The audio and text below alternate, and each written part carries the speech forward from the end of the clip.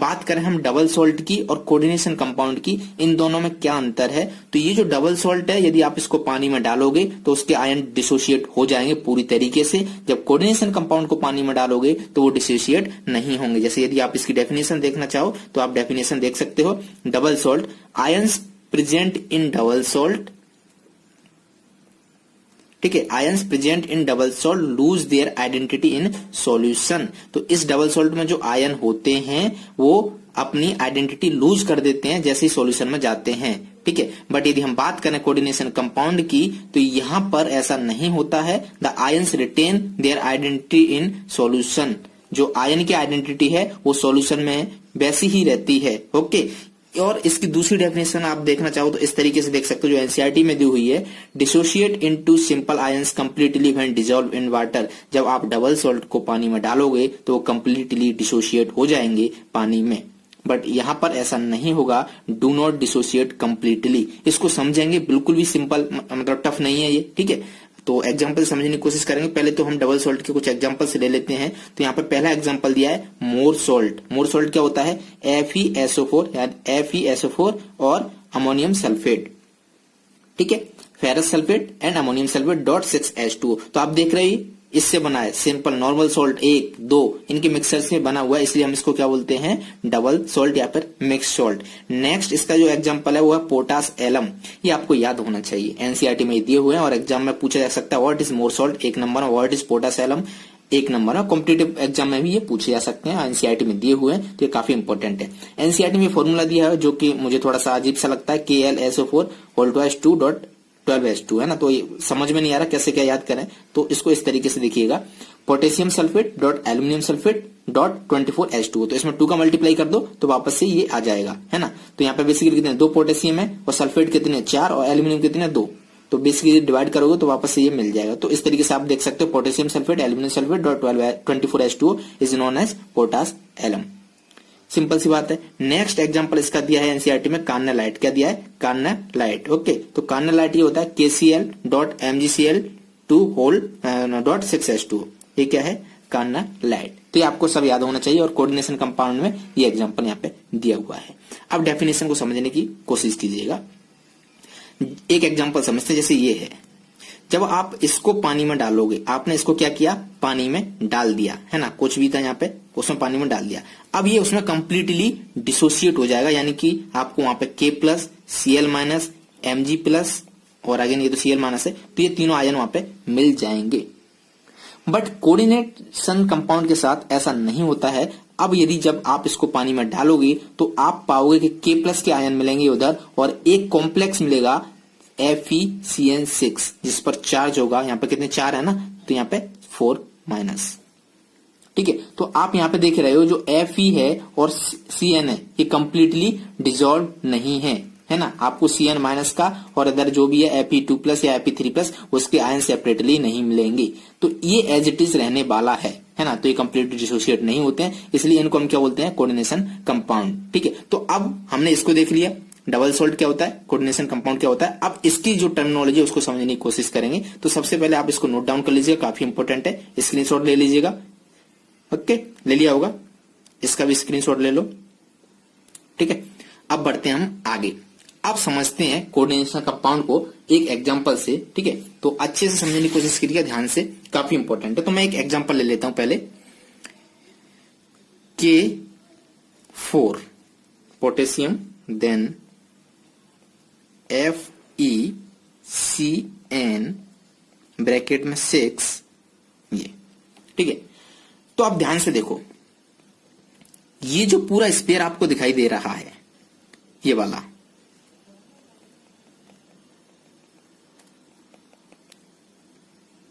हाँ या ना, तो इसको हम बोलते हैं कोऑर्डिनेशन स्फीयर। क्या बोलते हैं? Coordination sphere. समझ में आ गया? ये जो ब्रैकेट के अंदर बंद है इसको हम क्या बोलते हैं? Coordination sphere. और ये जो बाहर आपको K+ दिखाई दे रहा है ना, K4, इसको क्या बोलते हैं हम? Counter ion. क्या बोलते हैं? Counter ion. और इसका दूसरा नाम होता है आयोनाइजेशन स्फीयर, ठीक है। ये सारे शब्द बहुत इंपॉर्टेंट है, समझने की कोशिश कीजिएगा। ये जो ब्रैकेट है इसको यदि आप तोड़ोगे, इसको यदि आप पानी में डालोगे तो किस तरीके से डिसोशिएट होगा, यहाँ पर K प्लस के आयन आएंगे और एक कॉम्प्लेक्स बनेगा FeCN6 की पावर 4 माइनस। ठीक है, तो ये इस तरीके से टूटेगा। तो ये जो है ये क्या है, काउंटर आयन, क्या है, काउंटर आयन। और ये जो है वो क्या है, कोऑर्डिनेशन स्पेयर। समझ में आ गया, सिंपल सी बात है। अब यहां पर इसके अंदर जो आपको दिखाई दे रहा है ये FeCN6, इसको हम क्या बोलते हैं, कोऑर्डिनेशन एंटिटी। कोऑर्डिनेशन एंटिटी, ठीक है। इसके अंदर ये जो ब्रैकेट के अंदर उसको क्या बोलेंगे, कोऑर्डिनेशन एंटिटी। और ये जो पूरा है ये क्या है, हमारा कोऑर्डिनेशन स्फीयर। समझ में आ गया, ठीक है। अब थोड़ा सा और आगे बढ़ते हैं, ये मेटल आयन क्या होता है। तो यहां पर ये जो मेटल दिखाई दे रहा है इसी को हम बोलते हैं सेंट्रल मेटल आयन।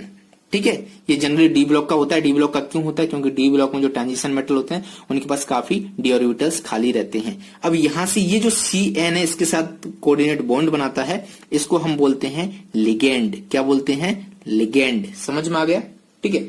अब देखो, ध्यान से देखो, इन दोनों के बारे में जो इंपॉर्टेंट चीज मैं बताने जा रहा हूं। सेंट्रल मेटल आयन है, इसके पास कुछ चार्ज होता है ना। इसके पास जो चार्ज होता है इसी को हम बोलते हैं ऑक्सीडेशन नंबर। आपसे पूछा जाएगा ना, what is oxidation number, oxidation number बताइए, इसका ऑक्सीडेशन नंबर बताइए।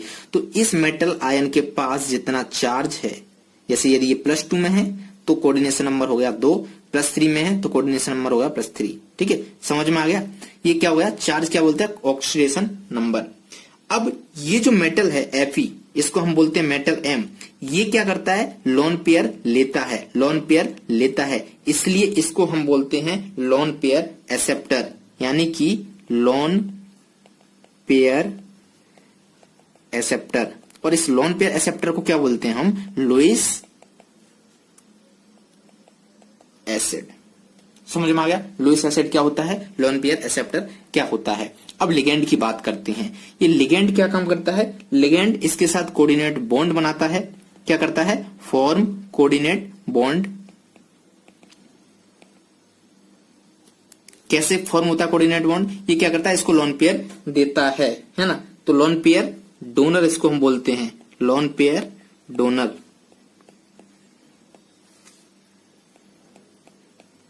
ये सारी चीजें लिखते जाइएगा ना, मैं और आगे एक बार फिर से इसको एक्सप्लेन करूंगा। ठीक है, तो जो लोन पेयर देता है उसको हम क्या बोलते हैं, लुईस बेस। समझ में आ गया। तो हमने क्या क्या चीज देखी, ध्यान से देखो, फिर से देखो।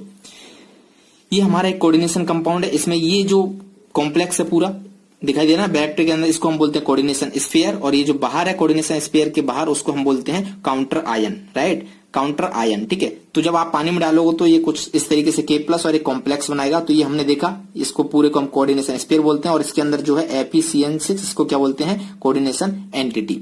अब यहाँ पे जो Fe है इसको सेंट्रल मेटल आयन बोलते हैं, और जो CN है इसको हम लिगेंड बोलते हैं। लिगेंड का भी हो सकते हैं, और भी एग्जाम्पल हो सकते हैं। यहाँ पे साइनाइड है ना, तो आप Cl- ले सकते हो, यानी H2O भी ले सकते हो, CO भी ले सकते हो। तो काफी ये सब क्या है, किसके एग्जाम्पल है, लिगेंड के।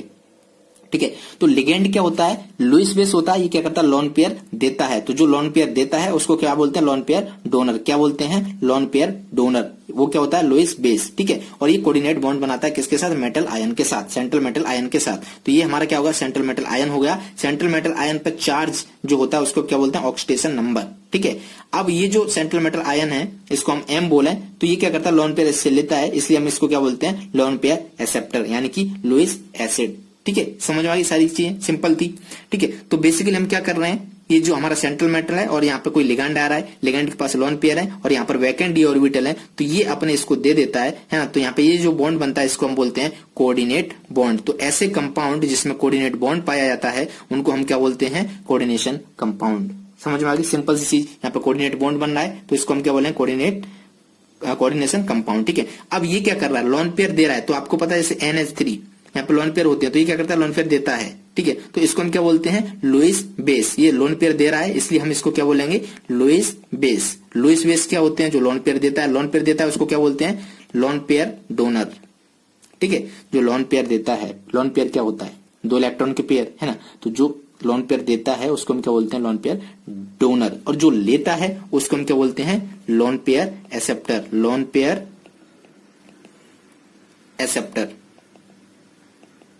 समझ में? तो ये क्या हुआ, लोन पेयर एक्सेप्टर हुआ, लोन पेयर एक्सेप्ट कर रहा है इसलिए इसको हम क्या बोलते हैं, लुइस एसेट। अब आपको कोई कंफ्यूजन नहीं रहना चाहिए कि लुइस एसेट क्या होता है, लुइस बेस क्या होता है। लुइस बेस वो होता है जो लोन पेयर देता है, उसको हम लोन पेयर डोनर भी बोलते हैं। लुइस एसेट क्या होता है, जो लोन पेयर लेता है, उसको हम लोन पेयर एक्सेप्टर ही बोलते हैं। तो बेसिकली देख सकते हो ये अमीर है, ये गरीब है, या फिर इसको भिखारी बोल सकते हैं। तो कोई भी आके इसको देता है और ये लेता रहता है। ठीक है, सिंपल सी बात। क्यों लेता रहता है, क्योंकि ये ट्रांजिशन मेटल है और इसके पास डी ऑर्बिटल होते हैं काफी खाली, है ना, तो जिनको इलेक्ट्रॉन की जरूरत पड़ती है। समझ में आ गया? तो ये बहुत सिंपल था। ठीक है, तो ये हमारा कॉम्प्लेक्स था। अब कॉम्प्लेक्स जो है यहाँ पे हम देख रहे हैं, इसके पास क्या चार्ज है, नेगेटिव चार्ज है ना, तो इसको हम क्या बोलेंगे, एन आयनिक कॉम्प्लेक्स। तो टाइप्स ऑफ कॉम्प्लेक्स की बात कर लेते हैं। किसकी बात कर रहे हैं हम, types of complex. Complex 3 type से होते हैं। यदि उन पे चार्ज है तो उसको हम क्या बोलेंगे, कैटायनिक या फिर एनायनिक, और चार्ज नहीं है तो उसको हम क्या बोलेंगे, न्यूट्रल। तो हम पहला एग्जांपल लेते हैं यहाँ पर न्यूट्रल का। न्यूट्रल, न्यूट्रल मतलब उस पर कोई भी चार्ज नहीं है। तो इसका एग्जांपल कोई बता सकते हो, ऐसा कौन सा कॉम्प्लेक्स है जो न्यूट्रल है, तो जिस पर कोई चार्ज नहीं है। तो यहाँ पे ये जो एग्जांपल है वो है इसका FeCO5, राइट। तो इस पर कोई भी चार्ज नहीं है इसलिए क्या हो गया, न्यूट्रल कॉम्प्लेक्स हो गया। अब सेकंड एग्जांपल की बात करते हैं। Second example cationic complex, जिस पर क्या हो, कैटायन, पॉजिटिव चार्ज हो, क्या हो, पॉजिटिव चार्ज हो। तो इसका जो एग्जांपल है वो लिख सकते हो COEN का होल थ्राइस और यहां पर Cl3।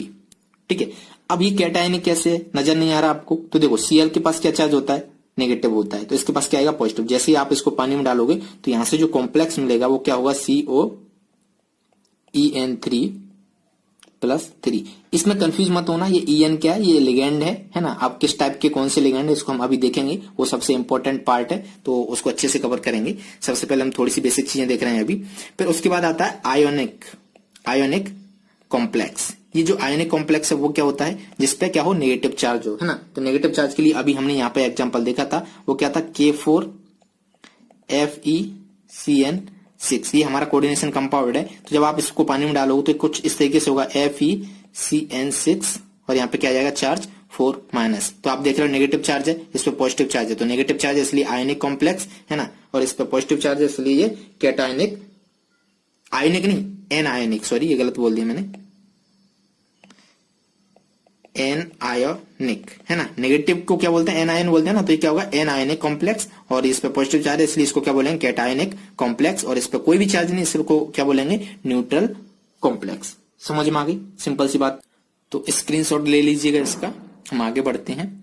अब हम देखते हैं एनसीईआरटी में अगेन एक और लास्ट टर्मिनोलॉजी जो दी हुई है वो भी हमें पता होना चाहिए। कॉम्प्लेक्स होते हैं 2 तरीके के, होमोलैप्टिक, ठीक है, वो चार्ज के बेसिस पे थे, अभी हमने देखे थे, होमोलैप्टिक कॉम्प्लेक्स, एंड एक होता है हेटेरोलैप्टिक कॉम्प्लेक्सेस। ठीक है, तो नाम से ही पता है, क्या पता है कि यहाँ पे होमो आ रहा है, यानी होमो का क्या मतलब होता है, सेम, और हेटेरो मतलब डिफरेंट। ठीक है, तो यहां से डेफिनेशन बन जाती है। तो अब सेम क्या होना चाहिए, यदि सभी लिगेंड्स सेम है ना, ऑल लिगेंड्स आर सेम, तब इसको हम क्या बोलेंगे कि ये होमोलैप्टिक कॉम्प्लेक्स है। यदि सभी लिगेंड सेम नहीं है तब इसको हम क्या बोलेंगे कि ये हेटेरोलैप्टिक कॉम्प्लेक्स है। All ligands are not same. ठीक है, यदि इनके एग्जाम्पल की बात करें तो क्या कोई आप एग्जाम्पल देख सकते हो, तो सिंपल सा एग्जाम्पल है, सभी लिगेंड क्या है, सेम होना चाहिए। तो जो अभी हमने लिया K4FeCN6, ठीक है, तो इसमें कितने लिगेंड है, टोटल 6 लिगेंड है। कितने लिगेंड है, टोटल 6, और 6 की 6 क्या है, CN है, 6 की 6 क्या है, CN है, तो सभी सेम है, इसलिए हम इसको क्या बोलेंगे, होमोलैप्टिक कॉम्प्लेक्स। यदि यहाँ पे एग्जाम्पल है तो क्या हो सकता है, CONS3,5Cl, और इधर ले लो Cl2, है ना। तो अब आप देख रहे हो यहाँ पे टोटल नंबर ऑफ लिगेंड कितने, 6 लिगेंड है, जिसमें से 5 क्या है, NH3, और एक क्या है, Cl, यानी कि सभी के सभी लिगेंड क्या है, सेम नहीं है। यदि ये 6 के 6 NH3 होते तब ये होमोलैप्टिक होता, यदि 6 के 6 Cl होते तब ये होमोलैप्टिक होता। अभी दोनों ही अलग अलग हैं, मतलब सेम नहीं है, तो इसलिए हम इसको हेटेरोलैप्टिक कॉम्प्लेक्स बोलेंगे। समझ में आ गया, सिंपल सी चीज थी। यदि और एग्जांपल इसका देखना चाहते हो तो एक और एग्जांपल मैं आपको बता देता हूं। जैसे ले लो CONS3 6 है ना, Cl2, तो यहीं से इसको मैंने लिख दिया। तो आप देख रहे हो सभी के सभी लिगेंड क्या है, NH3 है, सभी के सभी सेम है, इसलिए क्या हो जाएगा, होमोलैप्टिक कॉम्प्लेक्स। यदि इसकी बात करें तो इसमें कोई और एग्जांपल ले सकते हो, जैसे मान लो K3COOX2Cl2, ठीक है। तो आप देखो यहाँ पे ये लिगेंड अलग है, ये लिगेंड अलग है, इसलिए ये क्या हो जाएगा, हेटेरोलैप्टिक कॉम्प्लेक्स। आई होप कि समझ में आ गया। एक बार फिर से रिपीट कर देता हूँ, होमोलैप्टिक कॉम्प्लेक्स वो होते हैं जिसमें सभी लिगेंड सेम होते हैं, हेटेरोलैप्टिक कॉम्प्लेक्स वो होते हैं जिसमें सभी लिगेंड सेम नहीं होते हैं, ठीक है। यहाँ पे सभी के सभी CN है, यहाँ सभी NH3 है, यहाँ पर NH3 और Cl है, OX और Cl है, जो कि अलग अलग है, इसलिए इनको हम हेटेरोलैप्टिक बोलेंगे और इनको हम होमोलैप्टिक बोलेंगे। सो सिंपल, समझ में आ गया। अब हम आगे बढ़ते हैं, लिगेंड्स के बारे में जानते हैं। तो सबसे पहले हम देखते हैं डेंटिसिटी ऑफ लिगेंड, है ना। ये डेंटिसिटी क्या होती है, काफी इंपॉर्टेंट है, एनसीईआरटी में भी अच्छे से दी हुई है, हम उसको एनसीईआरटी से भी दिखेंगे अभी। The number of donor atoms which can simultaneously bond to central metal, ठीक है। ऐसे कितने डोनर एटम हैं जो एक साथ सेंट्रल मेटल से बॉन्ड बना सकते हैं, उसको हम बोलते हैं डेंटिसिटी ऑफ लिगेंड, है ना। तो जैसे मैं बात करूं, यदि डेंटिसिटी 1 है या 2 है या फिर 3 है, होती जाएगी, कितनी भी हो सकती है, ठीक है। तो ये जब डेंटिसिटी 1 होती है तब उसको हम बोलते हैं यूनिडेंटेड लिगेंड। क्या बोलते हैं, यूनिडेंटेड लिगेंड, ठीक है। जब 2 है तब उसको क्या बोलते हैं हम, डाइडेंटेड लिगेंड, ठीक है। जब 3 है या फिर उससे ज्यादा है, 2 3 बहुत सारी होती रहेगी ना, तो इसलिए इस तरीके से हम इसको क्या बोलेंगे, पॉलीडेंटेड। समझ में आ गया, सिंपल है। तो डेंटिसिटी की डेफिनेशन क्या हुई, the number of donor atoms which can simultaneously bond to a central metal, ठीक है। तो जैसे मान लो यदि उसकी डेंटिसिटी 1 है तब उसको यूनिडेंटेड बोलेंगे, जब 2 है तब डाइडेंटेड बोलेंगे, और जब 2 से ज्यादा है तो उसको पॉलीडेंटेड बोलेंगे। जैसे मैं एक एग्जांपल लेता हूं, जैसे मैंने लिया कोई एग्जांपल NH3, ठीक है। तो एक ही एटम है इसमें लिगेंड में जो डोनेट कर सकता है मेटल को, राइट। तो इसकी डेंसिटी कितनी हुई, 1, तो इसलिए इसको क्या बोलेंगे, यूनिडेंटेड। यदि मैं बात करूं NH3 CH2 CH2 NH3, हाँ या ना, तब यहां पर 2 एटम हैं जो एक साथ मेटल को डोनेट कर सकते हैं, एटम सॉरी लोन पेयर, है ना। तो इसने भी लोन पेयर डोनेट किया, इसने भी डोनेट किया, तो 2 एटम एक साथ एक ही लिगेंड में डोनेट कर रहे हैं, इसलिए इसको हम क्या बोलेंगे, डाइडेंटेड। इसी तरीके से 3 4 5 होते जाएंगे तो उनको हम क्या बोलेंगे, पॉलीडेंटेड। सिंपल सी बात है। तो डेंटिसिटी ऑफ लिगेंड समझ में आ गई आपको, इनका मतलब समझ में आ गया, यूनिडेंटेड, डाइडेंटेड और पॉलीडेंटेड क्या होते हैं। अब थोड़ा सा इसके आगे बढ़ते हैं, चेलेट लिगेंड। ये चेलेट लिगेंड क्या होते हैं, when a di or polydentate ligand uses its 2 or more donor atoms to bind a single metal ion is called chelate ligand, it make rings. इसका मतलब समझिएगा, ये कह रहे हैं कि जब भी डाइडेंटेड या उससे ज्यादा, तो मैं एक डाइडेंटेड का एग्जांपल ले लेता हूं, अभी मैंने लिया था NH2 है और इधर CH2 और ये NH2, ये क्या है, डाइडेंटेड लिगेंड है, क्योंकि यहां से और यहां से दोनों जगह से ये क्या कर सकता है, डोनेट कर सकता है, बॉन्ड बना सकता है मेटल के साथ। तो ये हमारा मेटल है, ठीक है। अब ये यहां से लोन पेयर देगा तो ये बॉन्ड बना लिया, और इसने ये बॉन्ड बना लिया। अब चेलेट लिगेंड क्या होता है, ऐसे लिगेंड, ठीक है, चेलेट लिगेंड वही होते हैं जो डाइडेंटेड या उससे ज्यादा हो, जिसकी डेंटिसिटी 2 से ज्यादा हो, है ना, और वो क्या करें, एक साथ बॉन्ड बनाए मेटल के साथ। तो आप देख रहे हो ये भी बना रहा है, ये भी बना रहा है, और ये क्या करते हैं, रिंग बना रहे हैं। आप देख रहे हो ना, ये एक रिंग सी बन रही है ना। तो इसको हम बोलते हैं चेलेट इफेक्ट, चेलेसन इफेक्ट। समझ में आ गया, इसको हम क्या बोलते हैं, चेलेट लिगेंड। और ये जो चेलेट लिगेंड इसके साथ डायरेक्ट एक साथ जो कोऑर्डिनेट बॉन्ड बना रहा है, इसको हम बोलते हैं चेलेसन इफेक्ट। अब एक और लिगेंड का टाइप होता है जिसको हम बोलते हैं एम्बिडेंटेड लिगेंड, यानी कि ligand which can ligate through 2 different atoms. एक ही लिगेंड है जो अलग अलग एटम से बॉन्ड बना सकता है। जैसे मैं बात करूं HCN की, तो एक बार ये नाइट्रोजन इसको डोनेट करेगा मेटल को, है ना, तो इस तरीके से बॉन्ड बनाएगा, और दूसरी बार इसको हम लिखते हैं NCS, इस सल्फर इसके साथ बॉन्ड बनाएगा। समझ आएगा, तो इसको हम क्या बोलेंगे, एम्बिडेंटेड लिगेंड है। दूसरा इसका एग्जांपल आप लिख सकते हो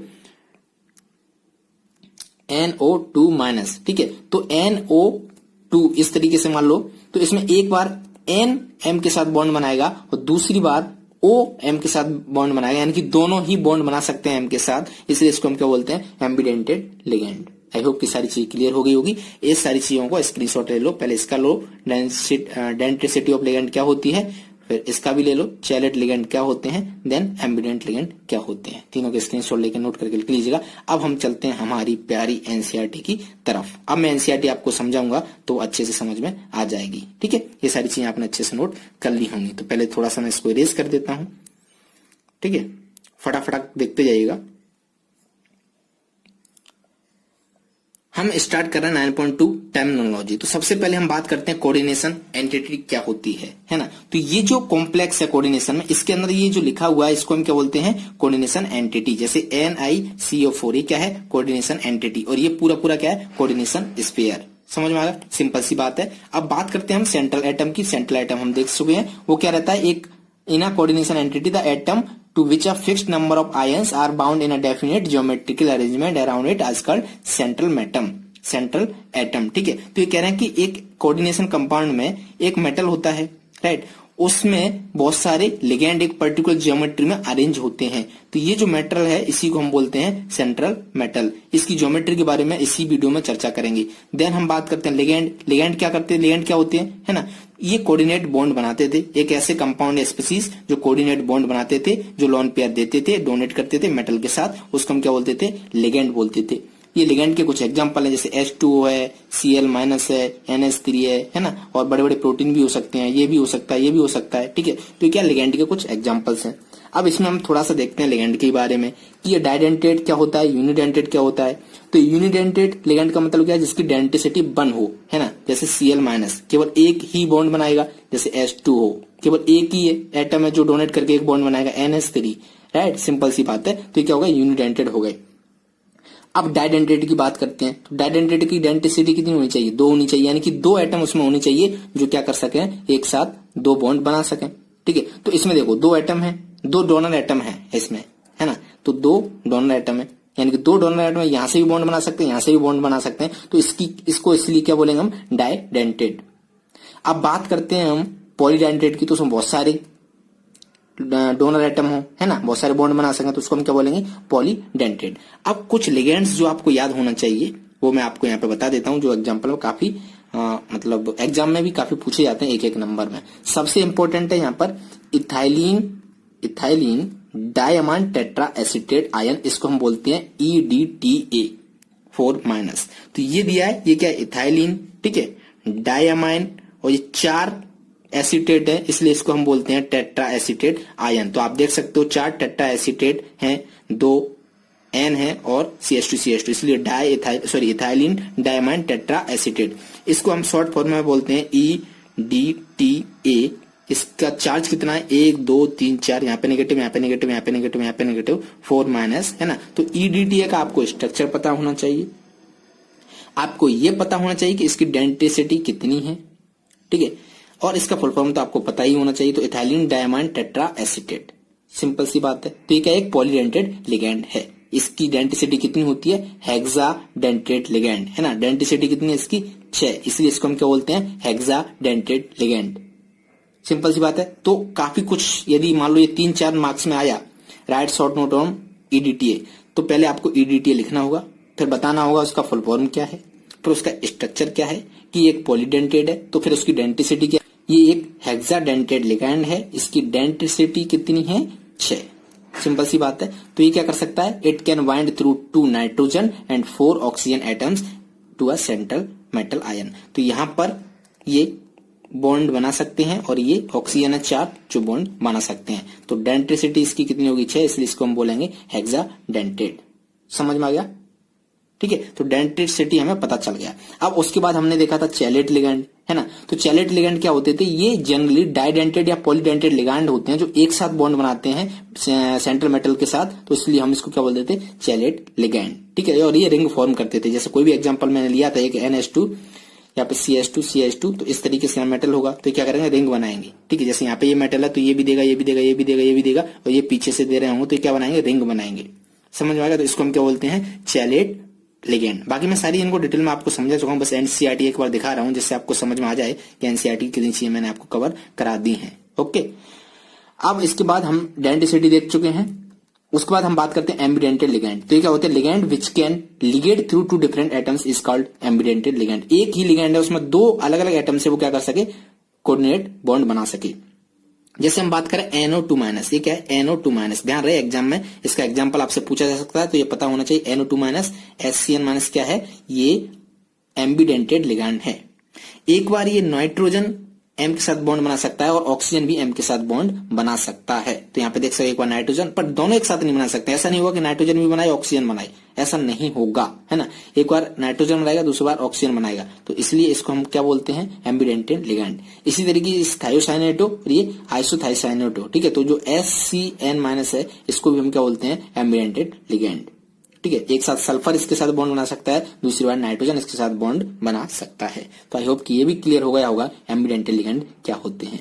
अब हम बात करते हैं कोऑर्डिनेशन नंबर की। तो कोऑर्डिनेशन नंबर क्या होता है, the coordination number of a metal ion in a complex can be defined as the number of ligands donor atom to which the metal is directly bonded. आप simply बोल सकते हो कि जितने कोऑर्डिनेट बॉन्ड बन रहे हैं उसी को हम क्या बोलते हैं, कोऑर्डिनेशन नंबर। जैसे यहाँ पे मैं बात करूं मेटल की, जैसे कोई एग्जांपल ले लेता हूं, PtCl6 ये लिया हुआ है, तो टोटल Cl- कितने, 6 है ना, और एक Cl एक बॉन्ड बनाता है, तो इसका कोऑर्डिनेशन नंबर क्या हुआ, 6 हुआ। जैसे बात करूं मैं यहाँ NH3 है, कितने NH3 है, 4, एक NH3 एक बॉन्ड बनाता है, यानी कि ये मोनोडेंटेड है, तो इसलिए इसकी कोऑर्डिनेशन नंबर कितना हो गया, 4, ठीक है। अब इसकी बात करूं तो इसमें कितने क्या बताओगे आप, तो आप कुछ लोग जिनको डेफिनेशन इसकी सही से नहीं पता होगा तो वो देखेंगे कि लिगेंड क्या है, C2O4 है, ठीक है, और 3 लिगेंड है, तो आप वहां फटाक से लिख दोगे कोऑर्डिनेशन नंबर 3, तो ये गलत हो जाएगा, पाप, है ना। तो आपको सही पता होना चाहिए, ये जो लिगेंड यहाँ पर ले रहे हैं C2O4, ये ऑक्सिलेट है, और इसकी जो डेंसिटी है वो कितनी होती है, 2 होती है, यानी कि एक लिगेंड 2 बॉन्ड बनाएगा तो 3 लिगेंड 6 बॉन्ड बनाएगी, यानी कि इसका कोऑर्डिनेशन नंबर कितना हुआ, 6, ठीक है। 3 × 2 6, समझ में आ गया। तो इसका ये जो ऑक्सिलेट है ना, इसका भी आपको पता होना चाहिए। इसका मैं फॉर्मूला आपको यहाँ पे बता देता हूं, C_O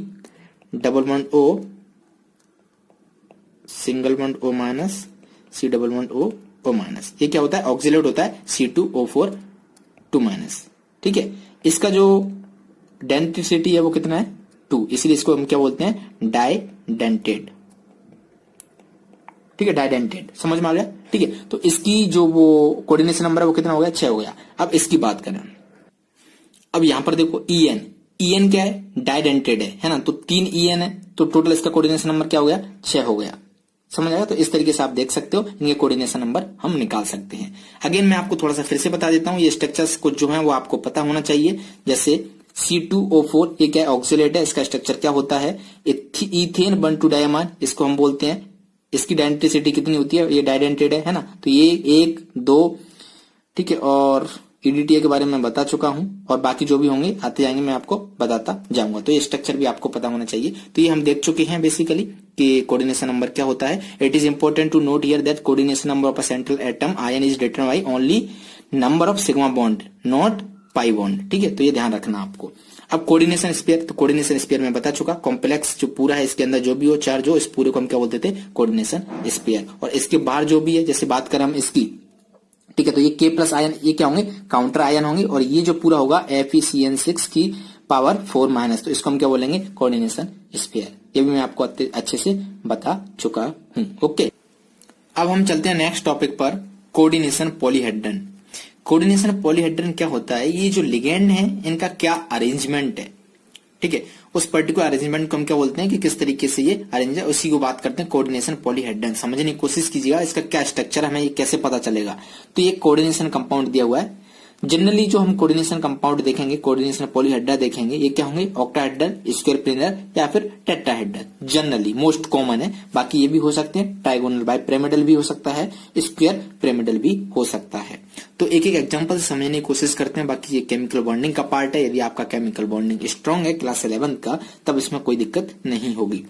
हम सबसे पहले बात करते हैं ऑक्टाहेड्रल की। तो ये जो एग्जांपल यहाँ पे दिखाई दे रहा है, CONH3 6, ठीक है, और यहाँ पर कुछ चार्ज है 3+। तो यहाँ पर ये क्या है, हमारा लिगेंड है। टोटल नंबर ऑफ लिगेंड कितने हैं, 6, यानी कि इसका जो कोऑर्डिनेशन नंबर है वो कितना है, 6। तो 6 कोऑर्डिनेशन नंबर। अब ये किस वे में अरेंज होंगे, है ना, तो वो उसको हम क्या बोलते हैं, कोऑर्डिनेशन पॉलीहेड्रन। तो ये क्या है, ऑक्टाहेड्रल। इसका जो स्ट्रक्चर होगा वो क्या होगा, ऑक्टाहेड्रल। ऑक्टाहेड्रल क्या होता है, ये सेंट्रल मेटल है, तो 4 तो आ जाते हैं स्क्वायर प्लेनर में और बाकी एक एक ऊपर नीचे आ जाता है। तो इसको इस तरीके से समझिएगा, हमारे पास टोटल 6 लिगेंड है, ठीक है, दिखाई दे रहा है 6 लिगेंड है। ये हमारा सेंट्रल मेटल है, ये स्क्वायर प्लेनर है, प्लेन है, ये एक प्लेन है ना, ऊपर नीचे कुछ नहीं है इसके, केवल ये प्लेन है। तो एक लिगेंड यहाँ, एक यहाँ, एक यहाँ, एक यहाँ और मेटल यहाँ, यानी कि 4 लिगेंड इस तरीके से अरेंज हो गए। तो ये स्क्वायर प्लेनर में अरेंज हो गए 4, बचे कितने, 2, टोटल 6 हैं, 4 अरेंज हो गए, 2 बचे। तो उसका स्ट्रक्चर क्या होता है मैं उसको बता देता हूं आपको। तो कुछ इस तरीके से वो बनता है, ठीक है।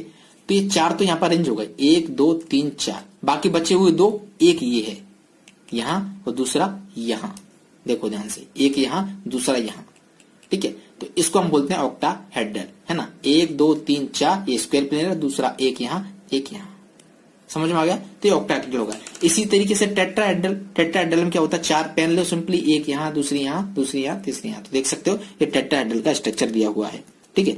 ये हमारा क्या था, स्क्वायर प्लेनर था, ऑक्टाहेड्रल, ये टेट्राहेड्रल और ये स्क्वायर प्लेनर। स्क्वायर प्लेनर तो सिंपल ये है, इसको रख दो, ये स्क्वायर प्लेनर है, ठीक है। तो स्क्वायर प्लेनर में कितना आ जाएंगे, 4 आ जाएंगे। उसके बाद हमारा ट्राइगोनल बाइपिरामिडल। तो ट्राइगोनल बाइपिरामिडल में ये जो हम यहाँ पर स्क्वायर प्लेनर ले रहे हैं ना, यहाँ पर सिर्फ ट्रायंगल ले लो, ठीक है। तो ये हमने ट्रायंगल ले लिया, बाकी एक ऊपर एक नीचे, तो ये हो गया हमारा ट्राइगोनल बाइपिरामिडल। फिर उसके बाद हमारा स्क्वायर बाइपिरामिडल, तो ये हमने स्क्वायर ले लिया, ये हमारा स्क्वायर है और इस पे एक ही लगा रहे हैं, है ना। तो एक हमने लगा दिया, ये हमारा स्क्वायर है, इस पे एक हमने लगा दिया, तो इसलिए इसको हम क्या बोलेंगे, स्क्वायर बाइपिरामिडल।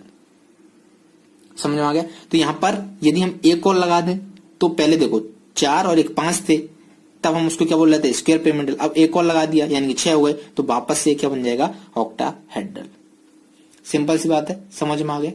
अब हमारा नेक्स्ट टॉपिक है ऑक्सीडेशन नंबर। तो सिंपली मैंने बताया था, जो मेटल आयन है उस पर कितना चार्ज है उसको हम क्या बोलते हैं, ऑक्सीडेशन नंबर। जैसे यहाँ पे आप बात करो Cu, है ना, वो किसमें, +1 में है, और इसको हम इस तरीके से लिखते हैं Cu1 रोमन में, ठीक है, रोमन न्यूमेरिकल में इसको हम लिखते हैं। तो यहाँ पर कॉपर का जो चार्ज है वो क्या है, +1। सारे चार्ज हटा दो, जैसे मान लो CuCN4 और यहाँ पर कितना है 3-, ठीक है।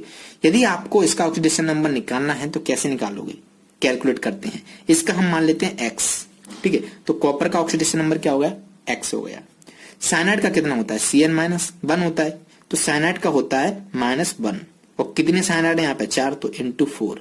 और नेट चार्ज कितना है कॉम्प्लेक्स पे, -3, तो यहाँ पे -3।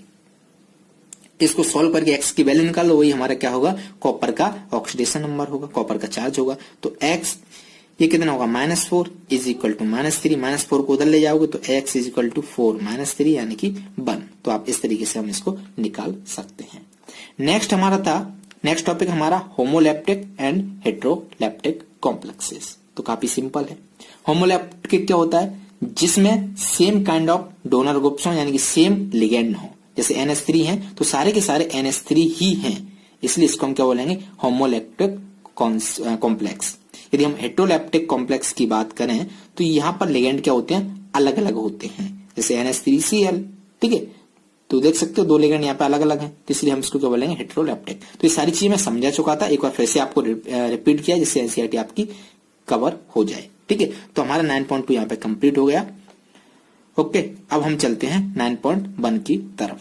अब हम शुरू करते हैं 9.1 Werner's theory of coordination compound. Coordination compound में ये जो टॉपिक है 9.1, ये सबसे आसान टॉपिक है, बहुत आसान है, ठीक है। तो इसको समझिएगा और काफी इंपॉर्टेंट है, इससे डायरेक्टली क्वेश्चन पूछ लिए जाते हैं। देखने में क्वेश्चन बड़ा होता है बट आंसर्स काफी आसान होते हैं। जैसे मैंने आपको सीबीएसई बोर्ड का सैंपल पेपर कराया था तो वहां पे भी 2 क्वेश्चन यहीं से थे उसमें डायरेक्ट, राइट। तो चलिए हम देखते हैं। तो बर्नर से क्या किया, प्राइमरी वैलेंसी और सेकेंडरी वैलेंसी का कॉन्सेप्ट दिया था। जैसे उसने कोई बाइनरी कंपाउंड्स लिए, CrCl3 आप दिखाई दे रहे, COCl2 PdCl2, ठीक है। तो यहाँ पर ये बाइनरी कंपाउंड क्यों, क्योंकि 2 ही कंपाउंड है, मतलब 2 ही एलिमेंट है यहाँ पे, एक तो क्रोमियम और यहाँ पे क्लोरीन, यहाँ पे कोबाल्ट और क्लोरीन, और यहाँ पे PD और क्लोरीन, ठीक है। तो अब इसने प्राइमरी बैलेंसी का कॉन्सेप्ट दिया, तो उसने देखा कि यहाँ पे 3 प्राइमरी बैलेंसी, यहाँ पे 2 हैं और यहाँ पे 2 हैं, कैसे? ये जो Cl है इसको हम बोलते हैं प्राइमरी वैलेंसी। ठीक है, अब उसने एक और काम किया, कोबाल्ट क्लोराइड लिया, है ना, +3 में, ये +3 में तो COCl3 बनेगा, और कुछ अमोनिया लिया। ठीक है, और फिर इसकी रिएक्शन कराई किसके साथ? XsNO3 के साथ कोल्ड में।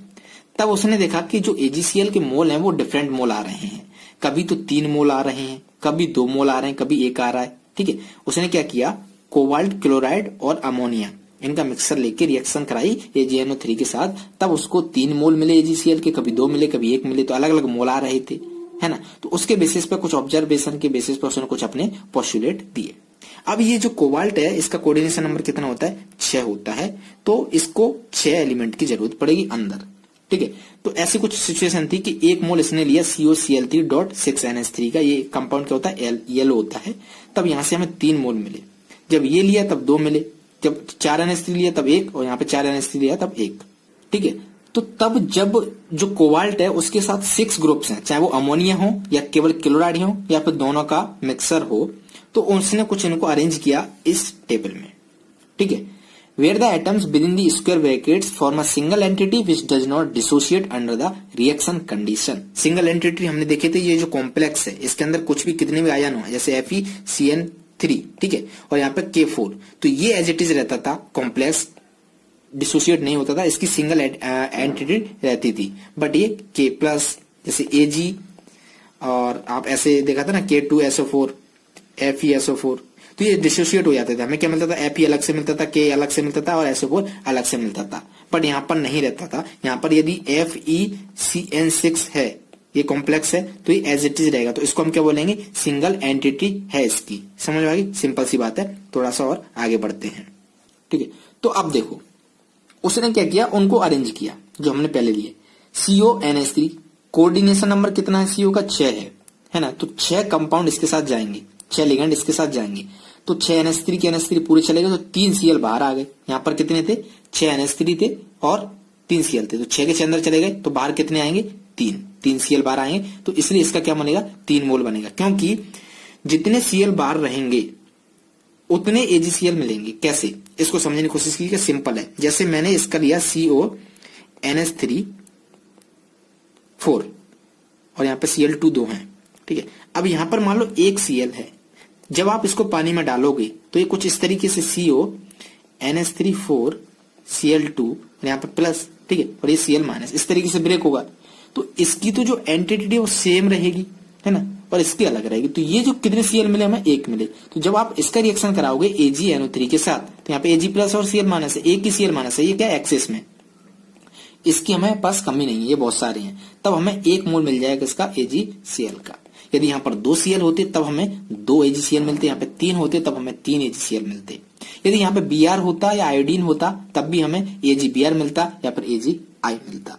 सिंपल सी बात है, तो उससे कंफ्यूज मत होना। ओके, अब यहां पर ये जो है फिक्स्ड एंटिटी वाले कंपाउंड्स, राइट, तो इसको इसने नाम दिया सेकेंडरी वैलेंसी, जो क्या पानी में जाके डिसोसिएट नहीं हो रहे हैं। ठीक है, तो Werner propose the term second valency for the number of groups bond directly to the metal ion. In each of these examples the secondary valency are 6। तो यहाँ पे आप देख सकते हो सेकेंडरी वैलेंसी क्या है? 6 है। तो बेसिकली जो कोऑर्डिनेशन नंबर हमने देखा है उसी को हम क्या बोलते हैं? सेकेंडरी वैलेंसी बोलते हैं। और जो हमारे काउंटर आयन है उसको हम क्या बोलते हैं? Primary valency. समझने की कोशिश करना, जो कोऑर्डिनेशन नंबर होता है उसी को सेकेंडरी वैलेंसी बोलते हैं, और जो हमारा काउंटर आयन होता है उसी को प्राइमरी वैलेंसी बोलते हैं। ठीक है, इस एग्जांपल को समझने की कोशिश करो। ये सिंपल सी एक टेबल है। तो उसने क्या किया, यहाँ पे पहले उसके पास 6 NH3 थे, तो 6 के 6 अंदर चले गए। फिर उसके बाद 5 NH3 थे, तो 5 NH3 और 1 Cl ले, तो बाहर 2 Cl आ जाएंगे। फिर उसके पास 4 NH3 थे, तो 4 NH3 यहाँ पे हो गए और 2 Cl ले लेगा, तो 1 Cl बाहर बचेगा, क्योंकि 3 ही Cl थे। ठीक है, तो इसमें से 2 गए तो 1 यहाँ बचा, और यहाँ पे भी 2 गए तो 1 यहाँ बचा। अब सबसे बड़ी बात यह है कि आप देखो, जब आप इसको पानी में डालोगे, है ना, तो ये जो कंपाउंड है उसको हम क्या बोलेंगे? ये एक ही कंपाउंड है, और ये 3 आयन है ना, तो यहाँ से 1 आयन मिलेगा, यहाँ से 3 आयन मिलेगा, तो इलेक्ट्रोलाइट का रेशियो क्या होगा? 1:3 रेशियो होगा। ठीक है, यहाँ पे भी इसका क्या मिलेगा? 1, और इसके कितने मिलेंगे? 2, तो इसलिए 1:2, और यहाँ पे तो 1 है और ये 1 है। ठीक है, तो 1:1। अब ऐसा नहीं होगा कि CO अलग आए, यहाँ पे Cl अलग आए, NH3 अलग आए, ठीक है, 2 Cl आए, 4 NH3 आए, तो ऐसा नहीं होता है। तो इसलिए इसको हम क्या बोलते हैं, कॉम्प्लेक्स बोलते हैं। तो इसके बारे में तो हम पढ़ चुके हैं, समझ में आ गया।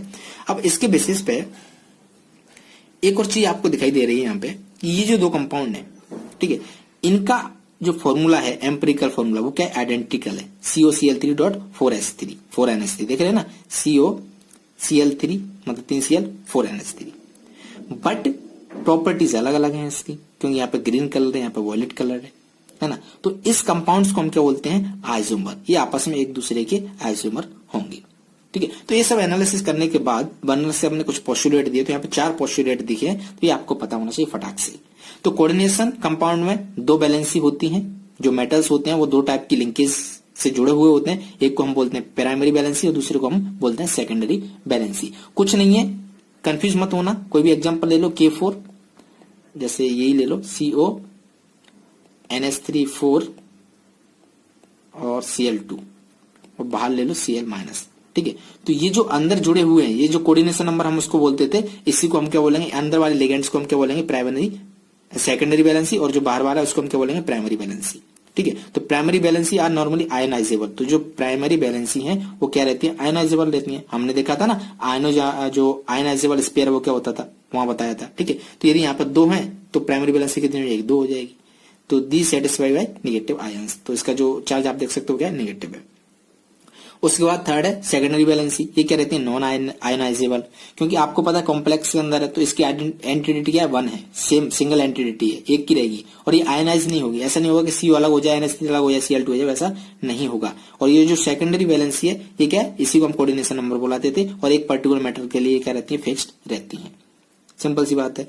The ions groups bound by the secondary linkage to the metal have characteristic spatial arrangement correspond to the different coordination compounds, ठीक है। तो ये एक सेकेंडरी लिंकेज है, इसके नंबर या अलग अलग होने की वजह से इसका जो अरेंजमेंट होता है वो अलग अलग होता है, ठीक है। इसी अरेंजमेंट को हम क्या बोलते थे, कोऑर्डिनेशन पॉलीहेड्रा, हमने देखा था। और ये क्या होता है, ऑक्टाहेड्रल हो सकता है, टेट्राहेड्रल हो सकता है, या स्क्वायर प्लेयर हो सकता है। These species within the square bracket are coordination entities और complexes। तो हमने ये भी देखा था कि ये जो है इसको हम क्या बोलते हैं, कोऑर्डिनेशन एंटिटी। अभी हम पढ़ा वर्नर्स थ्योरी, तो उसने क्या क्या दिया है, तो उसके हिसाब से आप देख लो, ठीक है। और इसके आउटसाइड जो आयन है, इसको हम क्या बोलते थे, outside the square bracket are called counter ions, ठीक है। तो ब्रैकेट के अंदर जो है इसको हम बोलते हैं कोऑर्डिनेशन एंटिटी, ब्रैकेट के बाहर है उसको हम बोलते हैं काउंटर आयन। मैंने शुरुआत यहीं से की थी, तो ये आपको अच्छे से याद होगा। He further postulate octahedral, tetrahedral, square planar geometrical shape। तो शेप के बारे में हम देख चुके हैं, और ये जनरली कॉमन है, बट काफी हैं जो और भी देते हैं, ठीक है। तो इसके एग्जांपल देख सकते हो, जैसे ये है, इसका कोऑर्डिनेशन नंबर 6 है, इसका कोऑर्डिनेशन नंबर 5 है, इसका नहीं, इसका भी 6 है, Cl और यहाँ पर 5, तो 5 1 6, यहाँ पर 2 Cl है, 4 NH है, तो इसका कोऑर्डिनेशन नंबर 6 है। तो ये सभी की सभी क्या है, ऑक्टाहेड्रल है। यदि हम बात करें NiCO4 की और PTCl4 की, ठीक है, तो यहाँ पर कोऑर्डिनेशन में 4 है, इसका 4 है, तो इसका 4 है, तो ये क्या टेट्राहेड्रल है, और ये क्या है, स्क्वायर प्लेनर है। अब इनका कोऑर्डिनेशन नंबर दोनों का ही 4 है, ठीक है। उसके बाद भी इनकी ज्योमेट्री अलग अलग आ रही है, इनका शेप अलग अलग आ रहा है। इसका रीजन क्या है, ये टेट्राहेड्रल आ रहा है, स्क्वायर प्लेनर आ रहा है, तो इसको हम आगे देखेंगे क्रिस्टल फील्ड थ्योरी में। काफी बड़ा है और डिफिकल्ट भी है ना, तो यही सबसे इंपॉर्टेंट है कोऑर्डिनेशन का, तो उधर हम देखेंगे। अब यहाँ पर एक एग्जाम्पल दिया हुआ है इन्होंने, इसको समझने की कोशिश करते हैं, काफी सिंपल है। तो क्वेश्चन को पढ़िएगा पहले। On the basis of the following observation made with aqua solution, assign secondary valency two metals in the following compounds, ठीक है। तो आपको क्या बताना है, सेकेंडरी वैलेंसी बताना है कि कितनी है इन 5 कंपाउंड की। अब यहाँ पर क्या दिया है, मोल्स दिए हैं AgCl के, जो प्रेसिपिटेट पर mole of the compounds with axis AgNO3। अब आपको पता है कि AgNO3 एक्सिस में है, बहुत ज्यादा है, और इसके साथ यदि आप रिएक्ट कराओगे Cl-, तब हमें क्या मिलेगा, AgCl मिलेगा। यदि आप 2 रिएक्ट कराओगे तब हमें क्या मिलेगा, 2 AgCl मिलेगा। यदि आप 3 रिएक्ट कराओगे तो आपको क्या मिलेगा, 3 AgCl मिलेगा।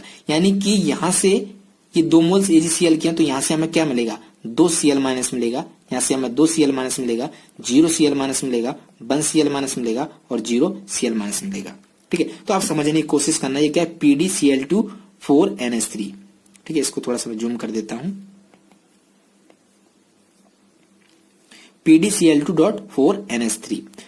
अब यहां पर 2 मोल हमें मिले, 2 मोल मिले मतलब 2 Cl तो बाहर आ गई, ठीक है, क्योंकि 2 Cl बाहर आएंगी तो ये प्राइमरी बैलेंस ही होगी, तभी तो ये रिएक्ट करेंगी, काउंटर आयन होंगी। और अंदर क्या होगा, PdNH3 4, ये 4 के 4 NH3 अंदर चले जाएंगे, है ना। तो ये जो सेकेंडरी बैलेंसी क्या होती है, इसके अंदर जितने भी लिगेंड है, नंबर ऑफ लिगेंड या कोऑर्डिनेशन नंबर, उसी को हम सेकेंडरी बैलेंसी बोलते हैं। तो सेकेंडरी बैलेंसी कितनी होगी इसकी, 4 हो गई, समझ। प्राइमरी बैलेंसी कितनी होगी, 2 हो गई। यदि इलेक्ट्रोलाइट का रेशियो देखोगे तो इसकी आइडेंटिटी 1 है और इसकी 2, तो 1 और 2, है ना, 1 आयन ये, 2 आयन ये, इलेक्ट्रोलाइटिक रेशियो, समझ आ गया। तो इसकी सेकेंडरी बैलेंस क्या होगी, 4।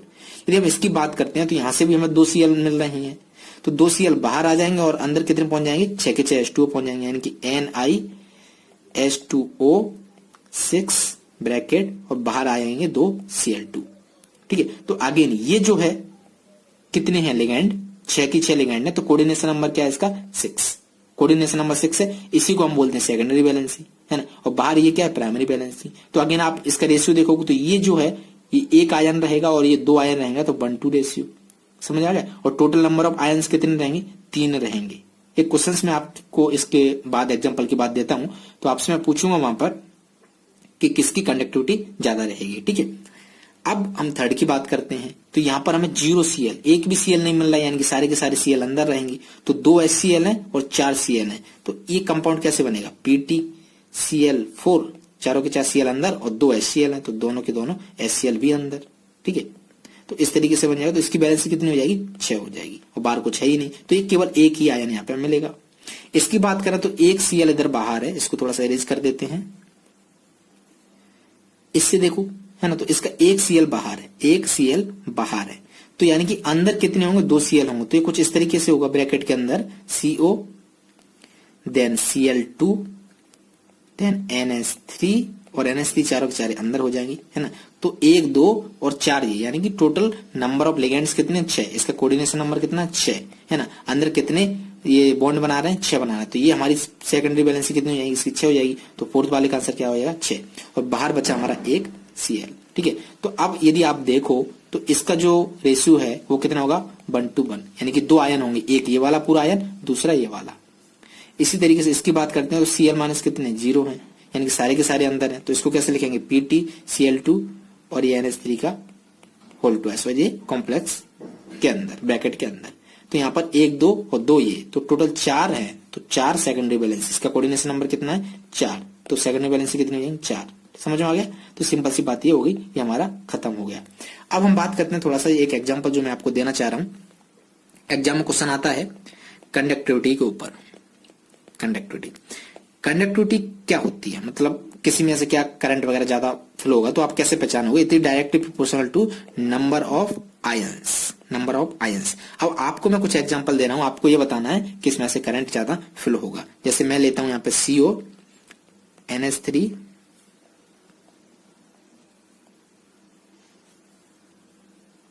4 Cl2 और बाहर ले लेता हूं मैं 1 Cl, ठीक है। दूसरा मैं लेता हूं CO NH3 5 Cl और यहाँ पे 2 Cl ले लेता हूं बाहर। फिर एक लेता हूं मैं CO NH3 3 Cl3 अंदर के अंदर, यहाँ पे एक भी बाहर नहीं है। फिर एक लेता हूं मैं CO NH3 6 और 3 Cl बाहर है, ठीक है। तो आपको बताना है कि कंडक्टिविटी किसकी ज्यादा होगी, ओके। तो आपको ये पता होना चाहिए कि जब आप पानी में डालोगे, सॉल्यूशन में डालोगे आपको, है ना, इसमें पानी में आप डालोगे तो जो सॉल्यूशन होगा तो ये किस तरीके से स्प्लिट होगा, तो इसकी आइडेंटिटी 1 रहेगी, यानी कि यहां से हमें मिलेगा CO NH3 4 Cl2, यहाँ पे प्लस चार्ज और ये Cl माइनस, यानी कि 2 आयन मिलेंगे। तो यहां से हमें कितने आयन मिले, 2। इसकी बात करते हैं तो ये किस तरीके से स्प्लिट होगा, CO ये पूरा अंदर as it is NH3 5 Cl और यहाँ पे हमें 2 Cl माइनस मिलेंगे, ठीक है। तो यहाँ पे टोटल कितने आयन मिले, 1 आयन ये है और 2 आयन ये है, तो 2 आयन इधर मिल गए। इसको जब आप पानी में डालोगे तो ये स्प्लिट होगा CO NH3 3 Cl3 as it is, एक ही, और कुछ है ही नहीं, यहाँ पे 0 आयन है ना। तो यहाँ पर हमें एक ही आयन है, ये दूसरा है ही नहीं। फिर इसकी बात करते हैं, जब आप इसको पानी में डालोगे तो ये स्प्लिट होगा CO NH3 6, ठीक है, और प्लस 3 Cl माइनस। तो 3 आयन ये हैं और 1 आयन ये है, तो ये हो गए 4। आपसे ये भी पूछा जा सकता है कितने आयन होंगे, है ना, तो 2 ये 1 ये 4 ये, तो इस तरीके से स्प्लिट होंगे। अब कंडक्टिविटी सबसे ज्यादा किसकी होगी, जिसमें सबसे ज्यादा आयन है, तो इसमें सबसे ज्यादा आयन है तो इसकी कंडक्टिविटी ज्यादा हो जाएगी। इस तरीके से आप इसको कर सकते हैं। ओके, अब यहाँ पे Cl की जगह ये ब्रोमीन और आयोडीन का भी यूज कर सकते हैं, है ना। तो आपसे पूछा सकता है कि व्हाइट पीपीटी किसका बनेगा, येलो पीपीटी किसका बनेगा, तो आपको कुछ कलर्स हैं जो याद होने चाहिए, जो मैं आपको बता देता हूँ। ये जो AgCl होता है इसका कलर क्या होता है, व्हाइट, सफेद, ठीक है। और जो AgBr होता है इसका होता है पेल येलो, और जो AgI होता है इसका होता है येलो। ये कलर आपको पता होना चाहिए। तो अभी मैंने ये एक्स्ट्रा बता रहा हूं, जेई और नीट के स्टूडेंट के लिए काफी इंपॉर्टेंट ये है, बोर्ड के लिए भी है, क्योंकि ये क्वेश्चन जो है इस टाइप का क्वेश्चन सैंपल पेपर में था, ठीक है। तो मुझे लगा कि बता देना चाहिए, क्योंकि एनसीईआरटी में ऐसा कुछ दिया नहीं था। ओके, तो आई होप कि ये सारी चीजें समझ में आ गई होंगी। ओके, तो अभी हमने इस वीडियो में 2 चीजें कवर कर ली हैं। पहला हमने ये देख लिया था बर्नर्स थ्योरी क्या होगी, और उसका एग्जाम्पल्स पूरा देख लिया था, और दूसरा हमने ये देखा था डेफिनेशंस क्या होगी, ठीक है। इसके बाद एक छोटी चीज जो पैराग्राफ यहाँ पे आपको दिखाई दे रहा है, पढ़ा चुका हूं मैं इसको, बस थोड़ा सा और बता देता हूं। तो यहाँ पे ये पूछे डबल सॉल्ट और कॉम्प्लेक्स में क्या अंतर होता है। तो देखो, both double salts as well as complexes are formed by the combination of 2 or more stable compounds in stoichiometric ratio. दोनों ही डबल सॉल्ट और कॉम्प्लेक्स, ठीक है, दोनों ही 2 या 2 से ज्यादा स्टेबल कंपाउंड के मिक्सचर से बनते हैं, और जो स्टोइचोमेट्रिक रेशियो वो दोनों का सेम रहता है।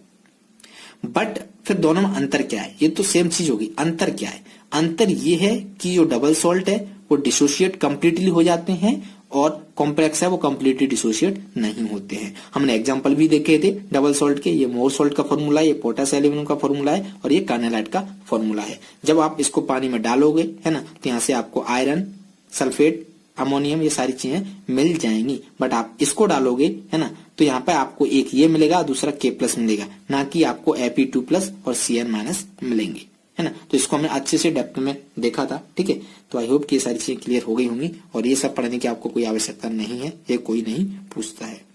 तो नेक्स्ट वीडियो में आप पढ़ के आइएगा थोड़ा सा, उसमें हम IUPAC नोमेनक्लेचर यानी कि नोमेनक्लेचर ऑफ कोऑर्डिनेशन कंपाउंड देखेंगे, ठीक है।